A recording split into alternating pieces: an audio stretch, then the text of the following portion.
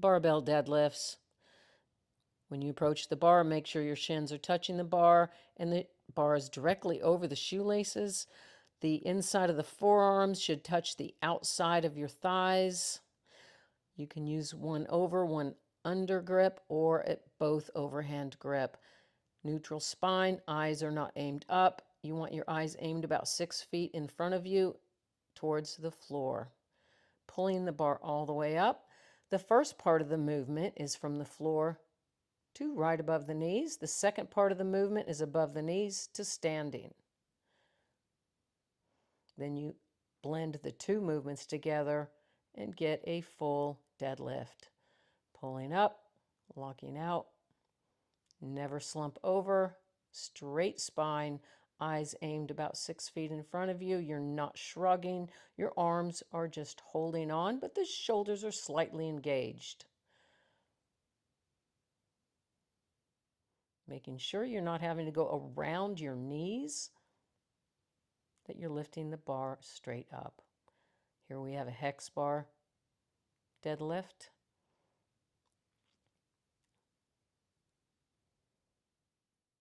Making sure you're in that shoulder width stance so you're not tipping over. A close stance, you might have more of a tendency to lose your balance. You can use the upper handles, or if you want to come a little bit lower, a Hex Bar has lower handles on it, so you can go a little deeper on your deadlift. Most people prefer using the upper handles. Hex Bar deadlifts are a little safer because instead of the hands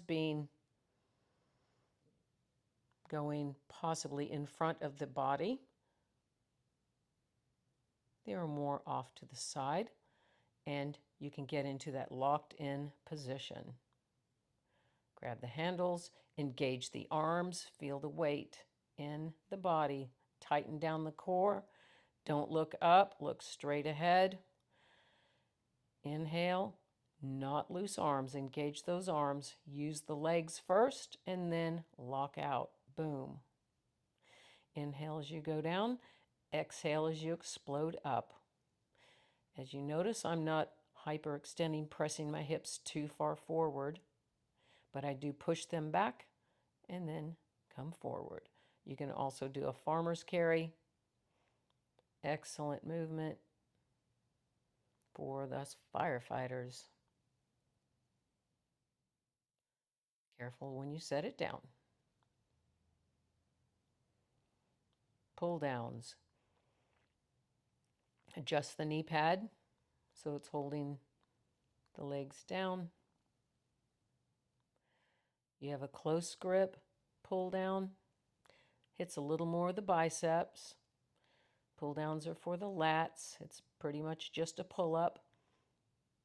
But instead of pulling up, you're pulling down. The close grip is like a chin up. Don't pull it too far down. Just under the chin. Full range of motion. And under the chin. Don't lean back. That'll compress the spine. Inhale, release. Exhale, pull. You notice my wrists are staying relatively straight. There's not a lot of wrist movement. We don't want to wear out those forearms. Wide grip. You have super wide for really tall people. And then you can come in a little bit, depending on your height, just under the chin and full range of motion. I like making sure I get a full extension at the top and not leaning back, not cheating. You don't want to compress the spine. That's old school, pulling down behind the head. Nobody does that anymore. That's supposed to be really bad on the shoulders. Just full range, just like doing a pull-up, but you're doing a pull-down until you can do a pull-up. I like the V-bar just for some variety. Full stretch, slight, bringing it under the chin, and full stretch. Of course, not leaning back. I think you kind of know about that by now. Inhale, release, and exhale on the exertion, on the pull. All three variations are for your lats. So moving over to the band-assisted pull-ups, you have the different colors, which are different levels of assistance. There are a couple of ways to use these. This is how we use them here. Works really well. Close grip works more the biceps. Wide grip works more directly onto the lats, just like the pull downs. Going with the wide grip or going with the close grip. Close grips are easier because your biceps kick in to help you out. So it's like you get another muscle help to help you. Step slowly onto the band. It assists you at the top of the movement, which is the hardest part of the movement for some. You can layer the bands on top, slowly step off. You can layer the bands on top of each other to give you more assistance. The wider your stance on the bands, the more assistance the bands will give you. And step slowly off the bands.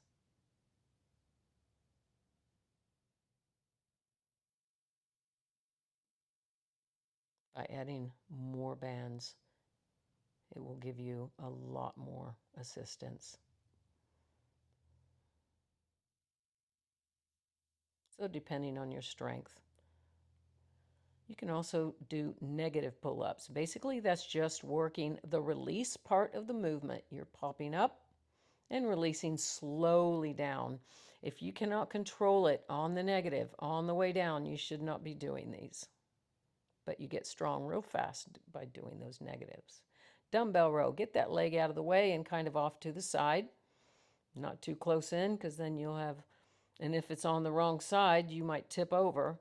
So that leg that's down is supporting the weight on that side, and it's back and out of the way, and the knee is bent and not straight. You can come up on the fist if that hurts your wrist by placing the palm down. Straighten out that back, tighten the core. Head is in a neutral position. You're not gazing up or down. Just like you're starting a lawnmower. Boom. You don't want to rotate too much on these. And you want to make sure you maintain a flat back.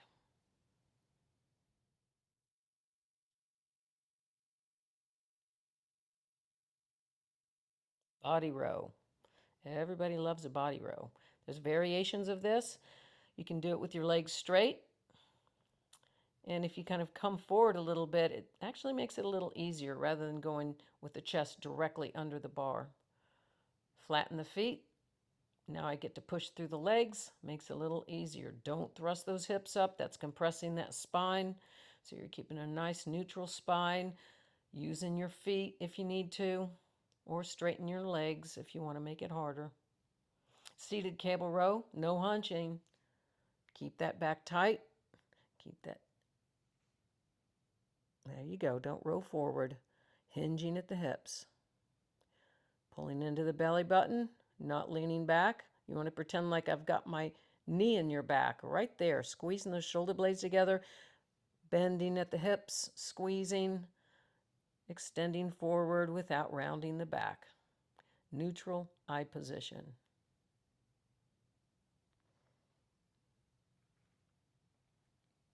One arm seated cable row, no hunching. You're going to hinge forward at the hips, rolling that pinky up. That rotates all of those lats around. Keeping the back straight and tight. Rotate it back. Rotate pinky to the ceiling. Feel that stretch in your lats. Come back, chest out, squeeze. Hinging at the hips. Flat back. Neutral eye position. One arm high cable row.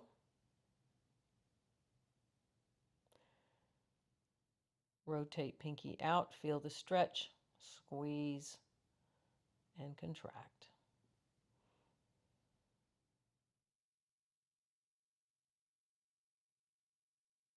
Just another variation of a high row for the lats. Face pull.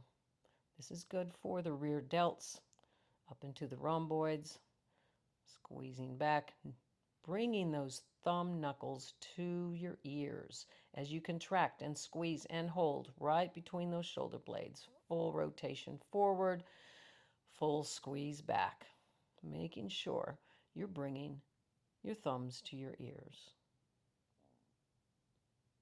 Barbell row, you want to bend over so that you have a flat back. You're not bowing your back. Neutral eye position, bringing the bar under the chest.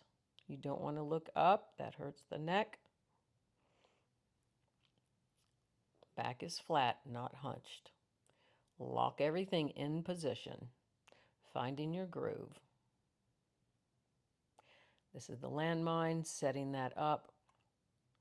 The bar is already in the landmine. We just prop it up there.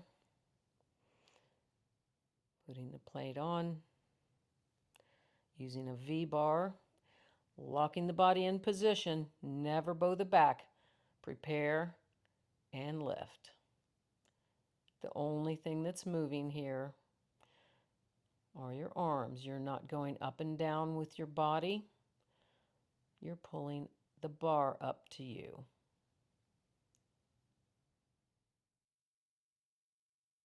Low back extensions. This can either be done for low back or hamstrings. It basically works the entire posterior chain from your ankles to your upper back. Never hyperextend and compress that spine. Always keep a straight spine. I like curling in because it puts more emphasis on the hamstrings and the glutes and takes the pressure off the back. Squeeze and hold by tucking your chin and rolling your shoulders forward and straightening out at the bottom for the stretch, tucking and squeezing at the top. You can add some weight to this movement, but still not hyperextending. Very similar to the glute ham developer, GHD. You can also come at this from the other side for reverse extensions. Some people find this more comfortable and less stress on their low back.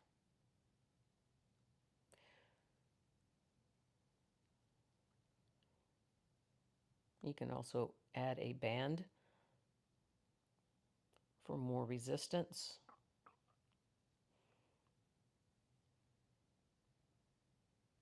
Don't put the band on your heel or the back of the legs because the band will just roll up your legs. So just put it around the arches, squeezing up and out as you come up, flexing the toes toward you, dorsiflexion as you go down.